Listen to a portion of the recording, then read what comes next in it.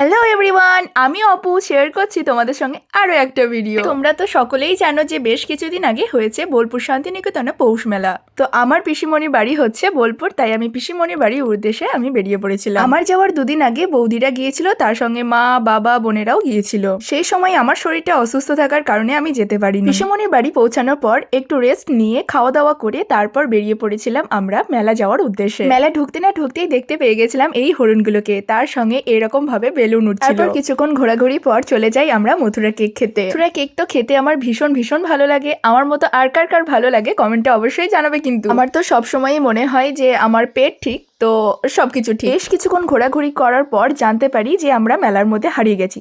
আমরা যে হারিয়ে গেছি সেটা আমরা নিজেরাই জানতাম না। ব্যাপারটা ভালো করে গুছিয়ে বলি, আমরা টিপাইয়ের বাবার জন্য অপেক্ষা করছিলাম যে টিপাইকে টিপাইয়ের বাবার হাতে তুলে দেওয়া হবে, কারণ টিপাই আমাদের সঙ্গে ভীষণ দুষ্টুমি করছিল। থেকে আবার টিপাইয়ের বাবা আমাদেরকে কোনো মতেই খুঁজে পাচ্ছিল না, তাই আমরা চলে গিয়েছিলাম অনুসন্ধান অফিসে। তারপর ওখানে অ্যানাউন্স করা হয়, আর এদিকে আমি দেখতে পাই এই অদ্ভুত রকমের গাড়িটাকে। তারপর একটু যাত্রা শুনে চলে যাই আমরা ফুল কিনতে। নিশ্চয়ই বুঝতেই পারছো এগুলো প্লাস্টিকের ফুল বা কাগজের ফুল হতে পারে। তারপর ফুলের স্টিক কেনা হয়ে গেলে চলে যাই আমরা অন্য একটা দোকানে। এখানে বার্গেনিং করে 20 টাকা কমিয়েছি। তারপর দোকানদারকে টাকা দিলে সে আরো 10 টাকা কমিয়ে নেয়, সে 10 টাকা নেয় করে। আমার আর বার্গেনিংটা করা হলো না। তারপর মোমো খেয়ে দুই ননদ বৌদি মিলে আমরা হাঁটতে শুরু করি। তারপর ভাই এলে ভাইয়ের সঙ্গে গাড়িতে করে চলে যাই বাড়ি।